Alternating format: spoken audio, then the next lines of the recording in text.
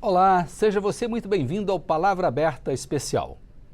A TV Câmara está promovendo, ao longo deste ano, uma série de programas, debates e entrevistas especiais sobre a Assembleia Constituinte de 1823. Para muitos historiadores, ela marca o início do parlamento efetivamente brasileiro, pois, pela primeira vez, deputados eleitos trabalharam para redigir uma Carta Magna com um novo ordenamento jurídico para o Brasil, então recém-independente de Portugal. Numa série de programas especiais do Palavra Aberta, vamos conversar com deputados federais que integram a Comissão Especial, criada pela Presidência da Casa para as comemorações dos 200 anos do Parlamento.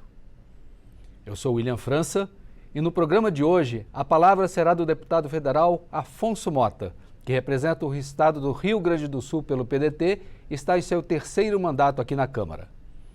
Advogado, formado pela Universidade Federal do Rio Grande do Sul, com especialização em gestão empresarial, já foi presidente da Comissão do Trabalho, Administração e Serviço Público aqui da Câmara em 2021. É autor do livro Advogado da Política, de 2014. Já foi líder do PDT entre os anos de 2015 e 2018 e até recentemente exerceu o cargo de primeiro vice-líder do partido. Aliás, dentre os pequenos partidos, o PDT foi um dos que mais teve representatividade na Constituinte de 1987, com 26 deputados, e contou com a presença de importantes lideranças políticas da época, com destaque para o seu fundador, Leonel Brizola. Ao longo da Constituinte, o PDT defendeu pautas relacionadas aos direitos trabalhistas, educação, saúde, justiça social, reforma agrária e outros temas voltados para a proteção dos direitos dos trabalhadores e a promoção da igualdade social. Deputado, seja muito bem-vindo ao Palavra Aberta. Muito obrigado, William França. É uma grande alegria poder ocupar esse espaço, estar no Palavra Aberta, poder dar o nosso depoimento, a nossa contribuição, valorizando muito esses 200 anos do nosso parlamento, ao qual eu tenho tanta estima, tanta consideração e me sinto também aqui no exercício dos meus mandatos. Muito bem. Eu queria começar por essa história que eu citei há pouco, da participação. A gente veio falar dos 200 anos, mas a gente não estava lá em 1823, então a gente vai puxar um pouquinho da memória mais recente da Constituinte de 1987. E o senhor veio de um partido que teve uma participação efetiva e teve um grande líder, que o senhor, eu soube, que é um ardoroso cultivador da sua memória, que foi Leonel Brizola. O senhor podia contar um pouquinho para a gente sobre quem foi esse personagem da política brasileira? Sem dúvida, eu trago uma referência muito importante de berço.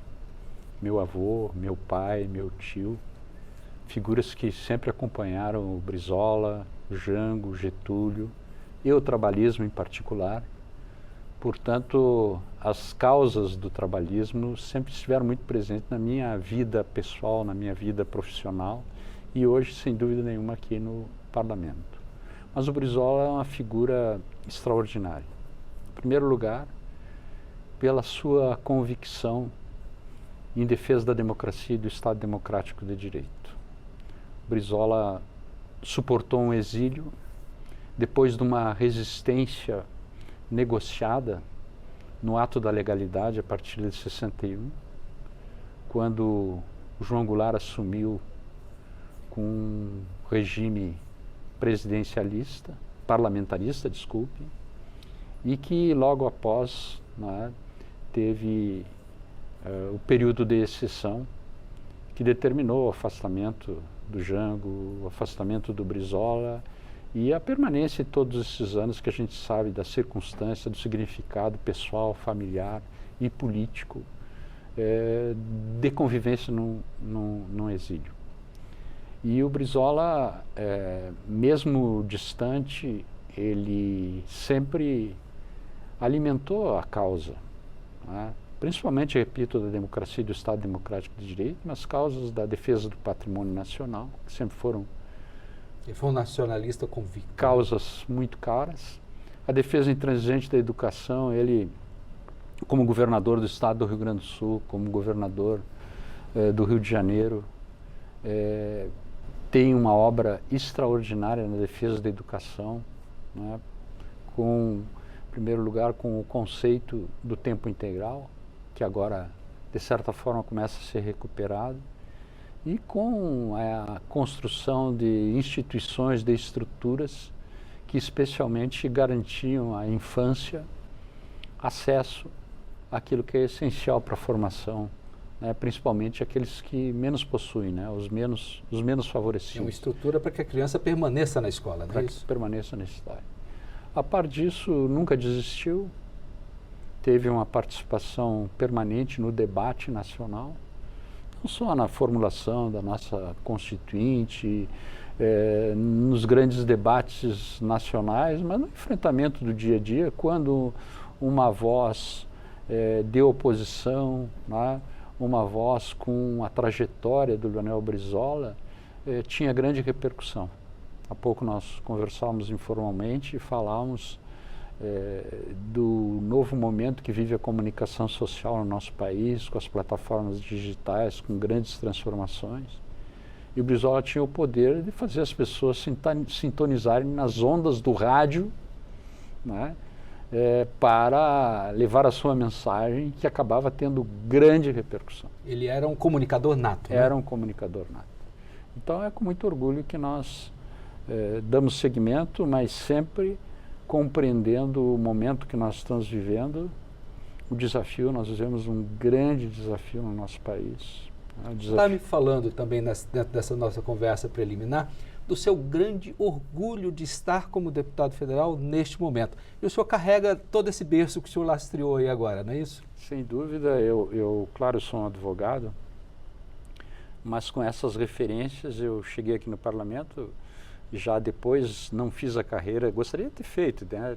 A vida vai por caminhos que nem sempre a gente controla, né? Mas não fui vereador, não fui vice-prefeito como foi meu pai, não fui deputado estadual. Quem foi seu pai? Conte por Cassiano Paim da Mota, meu pai, uma figura marcante, um homem também de muita resistência. Durante o período de exceção da Revolução, resistiu muito, várias vezes foi chamado, foi preso.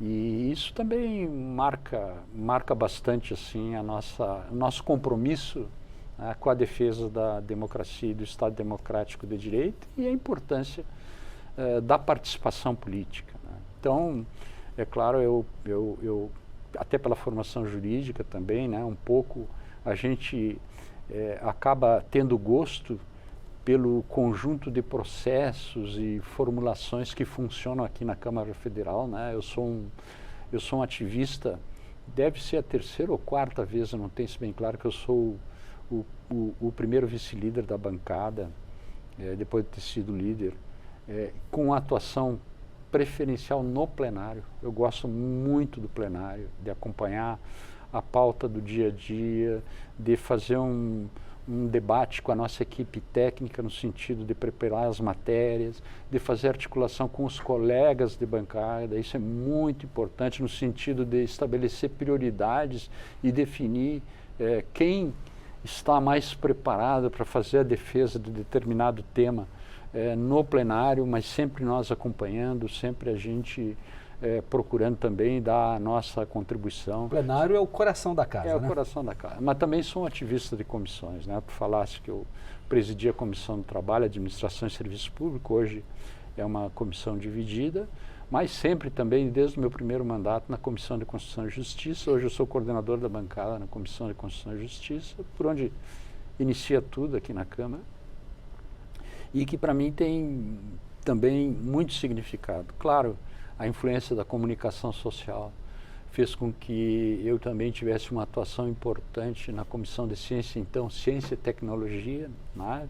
Já procurando assim a gente se atualizar com relação a essa revolução O senhor está me contando que o senhor esteve sempre muito próximo também aos veículos de comunicação, né? O senhor é interessado por essa questão da difusão da informação, não é isso? Eu considero isso essencial para a vida das pessoas, para o desenvolvimento das nossas... A transparência e a comunicação. Das nossas comunidades, né? Então eu também tenho muito apreço pelas comissões e pelo trabalho do dia a dia aqui na Câmara Federal, recebendo as lideranças do meu estado, né, prefeitos, vice-prefeitos, vereadores, que sempre vêm a Brasília aqui, trazer questões de interesse estadual, de interesse local e as diferentes entidades. Tenho orgulho também de, pela segunda legislatura, ser presidente de uma das frentes parlamentares mais influentes aqui da casa. Hoje é a frente parlamentar da Química, mas até a legislatura passada, uma das frentes assim, de maior repercussão era a frente parlamentar da indústria química.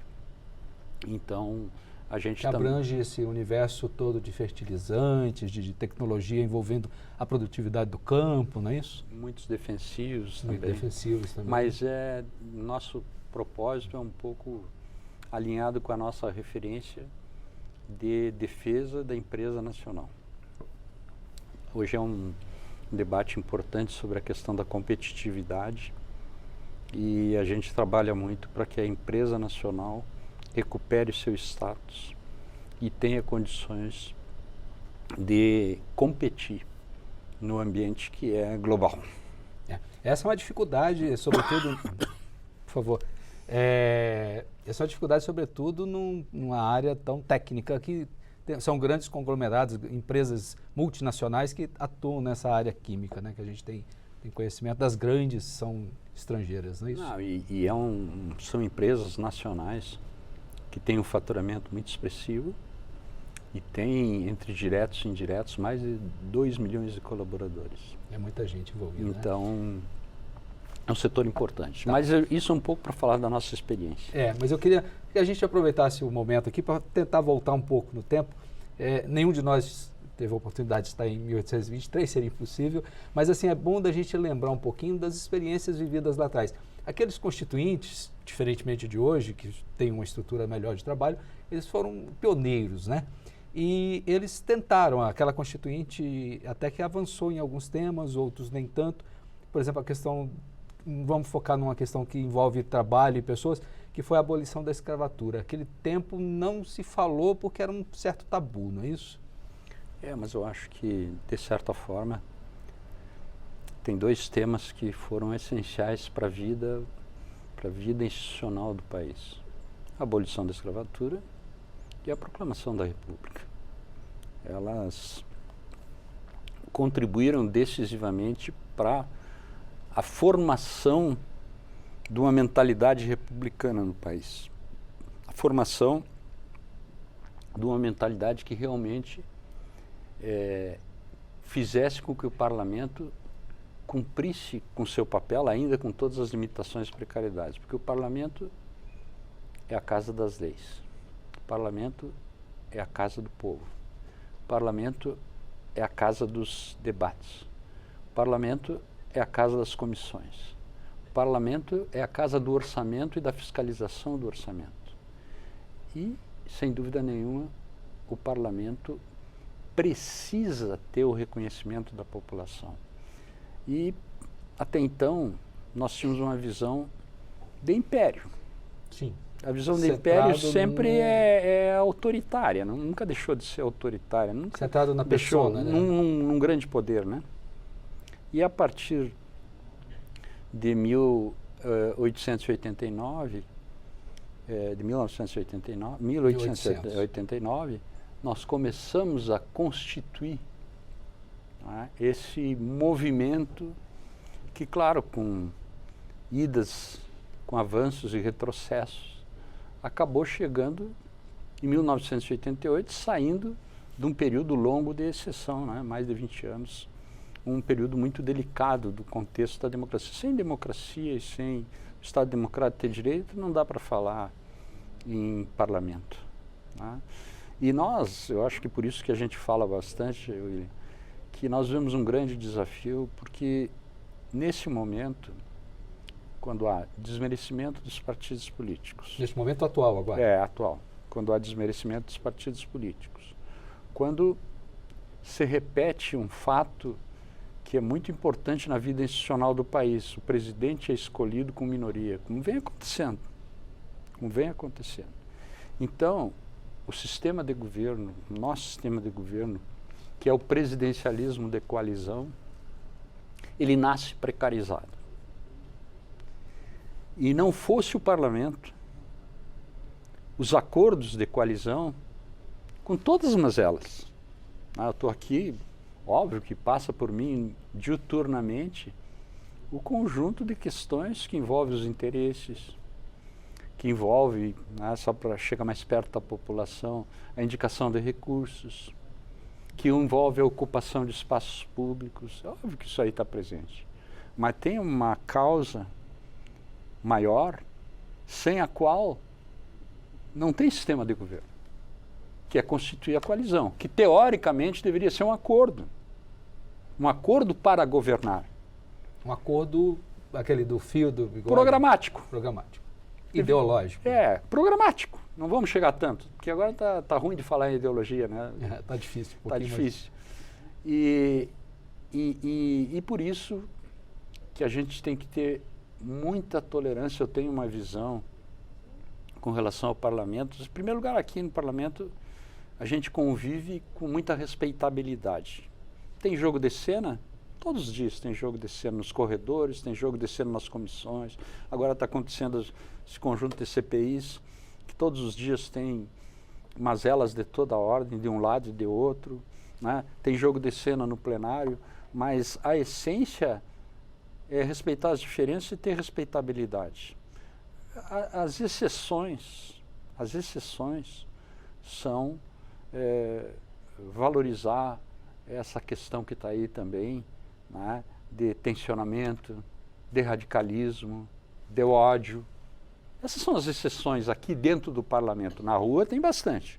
O país é dividido, né? Nós temos que avançar para superar essa divisão. É isso que eu queria saber do senhor. Como é que, se aí vai continuar, se o senhor acha que isso aí tende a... Eu acho que um ponto central é exatamente esse. É nós termos um entendimento não sem perder as nossas diferenças. Porque as diferenças são muito importantes para constituir o futuro. Mas nós precisamos isolar os radicais. Eu acho que essa é uma palavra de ordem, também com respeito. Eu acho que isolar os radicais não significa excluir ninguém. Mas, para que tenha debate, os radicais não permitem que aconteça o debate. E o debate é essencial. Essa casa é a casa dos debates. O senhor tem sentido falta desse debate, então? Não tanto, mas nós vimos de um processo de disputa, de um processo eleitoral, de um país dividido, que claro, que já prejudica. Veio um pouco antes, né? Vem um pouco antes, que claro que acaba prejudicando. Já tem uns 4, 6 anos. Né? Acaba prejudicando. Eu acho que agora nós estamos com possibilidade de avançar, embora muitos entendam que a questão central é a ruptura. Tem muitos que entendem que a questão central é a ruptura, mas são minoria. Sim. Né? A ruptura, é preciso compreender que a ruptura, primeiro, acaba com o parlamento. Como é que o parlamento vai funcionar numa questão de ruptura? Já funcionou lá no período de exceção? Sim, mas de que forma? Sem considerar aquilo que é da essência do parlamento, que é a democracia, o Estado democrático de direito. Segundo, traz uma insegurança para a sociedade como um todo, para os empreendedores, para os trabalhadores, para os diferentes segmentos da sociedade e principalmente para aqueles que são menos favorecidos, imenso. Então, eu acho que essa estratégia da gente ter divergência, mas ampliar o máximo que nós pudermos o nosso entendimento com relação à governabilidade é essencial. E o que é a governabilidade? Fazer a política pública chegar onde está a vida das pessoas. A vida das pessoas está lá. Na ponta, nos municípios. Eu sou um municipalista, por essência, né? Mas me sinto integrado no contexto federativo. Mas acho que nós temos que... Esse é um avanço, né? A hora que a gente fala, vamos fazer uma reforma federativa.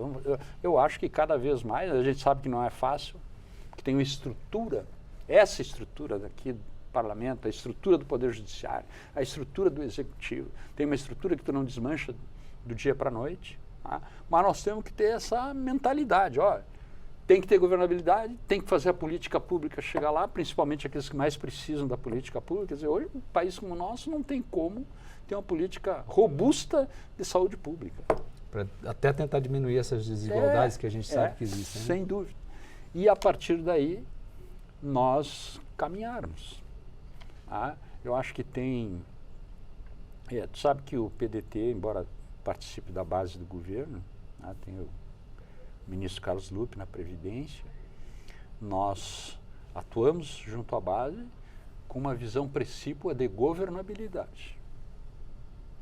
Nossa visão é uma visão precípua de governabilidade. Temos identidade com o grupo que tem um conteúdo de visão de mundo social, de visão de mundo da saúde, da educação, da assistência, da própria assistência evidente que temos. Isso faz com que os nossos posicionamentos, né, aqui é também a casa do voto. Sim. Com que os nossos posicionamentos sejam posicionamentos assim que tenham uma firmeza, né, mas nosso compromisso é com o Brasil.